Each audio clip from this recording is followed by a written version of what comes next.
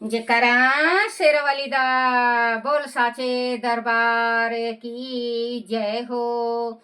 श्री दुर्गा सप्तशती की जय हो। श्री दुर्गा सप्तशती में 9वां अध्याय निशुम वध। राजा ने कहा, हे ऋषिराज, अपने रक्त बीज के वध से संबंध रखने वाला वृत्तांत मुझे सुनाया।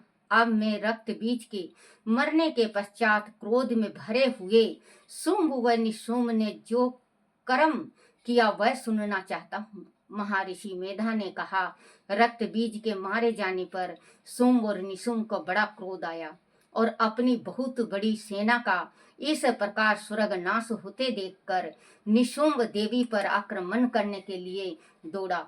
उसके बहुत से बड़े बड़े असुर देवी को मारने के वास्ते दौड़े और महापराक्रमी शुंभ अपनी सेना सहित चंडिका को मारने के लिए बढ़ा। फिर शुंभ और निशुम्भ को देवी का घोर युद्ध होने लगा और वह दोनों असुर इस प्रकार देवी पर बाण फेंकने लगे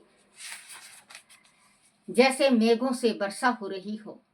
उन दोनों के चलाए हुए बाणों को देवी ने अपने बाणों से काट डाला और अपने शस्त्रों की वर्षा से उन दोनों दैत्यों को चोट पहुंचाई। निशुम्भ ने तीक्ष्ण तलवार और चमकती हुई ढाल लेकर देवी के सिंह पर आक्रमण किया। अपने वाहन को चोट पहुंची हुई देखकर देवी ने अपने सुरप्रा नामक बाण से निशुम्भ की तलवार व ढाल दोनों को ही काट डाला। तलवार और ढाल कट जाने पर निशुम्भ ने देवी पर शक्ति से प्रहार किया। देवी ने अपने चक्र से उसके 2 टुकड़े कर दिए। फिर क्या था, दैत्य मारे क्रोध के जल भून गया और उसने देवी के मारने के लिए उसकी ओर शूल फेंका, किंतु देवी ने अपने मुक्के से उसको चूर चूर कर डाला। फिर उसने देवी पर गदा से प्रहार किया। देवी ने त्रिशूल से गदा को भस्म कर डाला। उसके पश्चात वह फरसा हाथ में लेकर देवी की ओर लपका। देवी ने अपने तीखे बाणों से उसे धरती पर सुला दिया। अपने पराक्रमी भाई निशुम्भ के इस प्रकार से मरने पर शुंभ क्रोध में भरकर देवी को मारने के लिए दौड़ा। वह रथ में बैठा हुआ उत्तम आयुधों से सुशोभित अपनी 8 बड़ी बड़ी भुजाओं से सारे आकाश को ढके हुए था। शुंभ को आते हुए देखकर देवी ने अपने शंख बजाया और ध्वनि की टंकारों का भी अत्यंत उत्साह शब्द किया। साथ ही अपने घंटे के शब्द से जो कि संपूर्ण दैत्यों सेना के तेज को नष्ट करने वाला था, संपूर्ण दिशाओं को व्याप्त कर दिया। इसके पश्चात देवी के सिंह ने भी अपनी दहाड़ से जिससे सुन कर बड़े बड़े बलवानों की मद चूर हो जाती हैं। आकाश, पृथ्वी और 10 दिशाओं को पूरित कर दिया। फिर आकाश में उछल कर काली ने अपने दांतों तथा हाथों को पृथ्वी पर पटका। उसके ऐसा करने से ऐसा शब्द हुआ जिससे कि उससे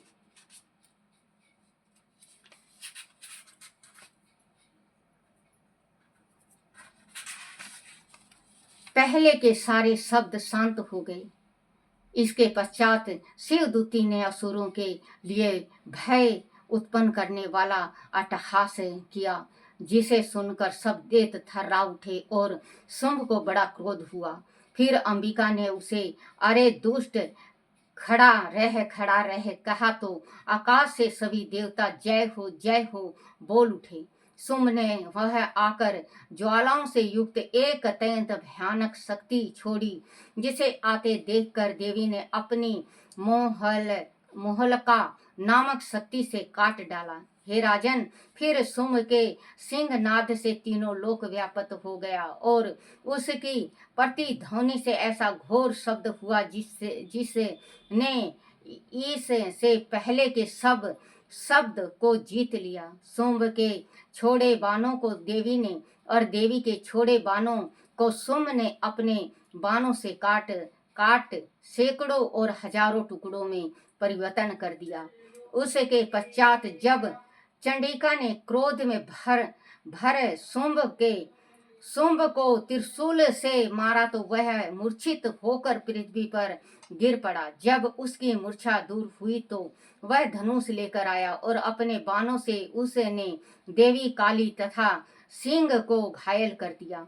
फिर उस राक्षस ने 10,000 भुजाएं धारण करके चक्र दी आयुधों से देवी को आच्छादित कर दिया। तब भगवती दुर्गा ने कुपित होकर अपने बाणों से उन चक्रों तथा बाणों को काट डाला। वह देख कर निशुंभ हाथ में गदा लेकर चंडिका को मारने के लिए दौड़ा। उसके आते ही देवी ने तीक्ष्ण धार वाले खड्ग से उसकी गदा को काट डाला।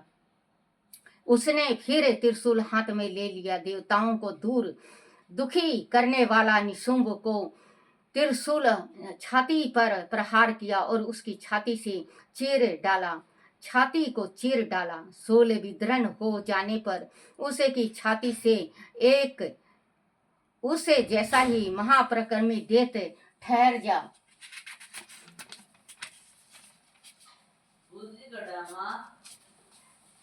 जा कहता हुआ निकला। उसको देख कर देवी ने बड़े जोर से ठहका लगाया। तभी वहां अभी वह निकलने भी ना पाया था कि उसका सिर अपनी तलवार से काट डाला। फिर सिर के कटने के साथ ही वह पृथ्वी पर गिर पड़ा।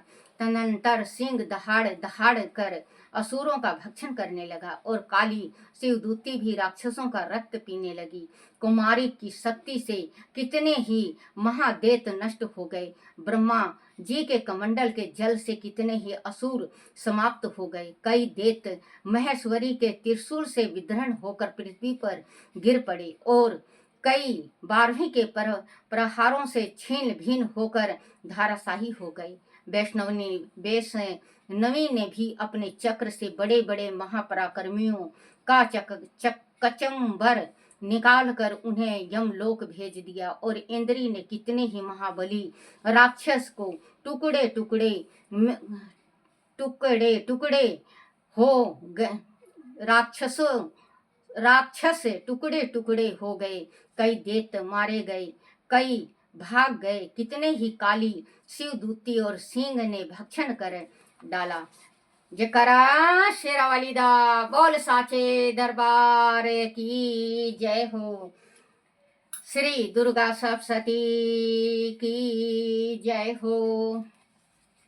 हे मेरी माता रानी, जगत का भला करना। हे मेरी माँ शेरावाली, जगत का भला करना। हे मेरी माँ शाकुम्भरा, हे मेरी माँ वैष्णो माता, हे मेरी माँ दया करो, दया करो, कृपा करो, कृपा करो, सुख शांति दो। हे जगत जननी दया करो, दया करो। क्षमा याचना। हे परमेश्वरी, मेरे द्वारा रात दिन सहस्त्रों अपराध होते रहे हैं। अंत आप मुझे अपना सेवक समझकर कृपा पूर्वक मेरे उन अपराधों को क्षमा करो। ना तो मैं आवाहन करना ही जानता हूँ, ना विसर्जन करना ही जानता हूँ और ना पूजा ही करना जानता हूँ।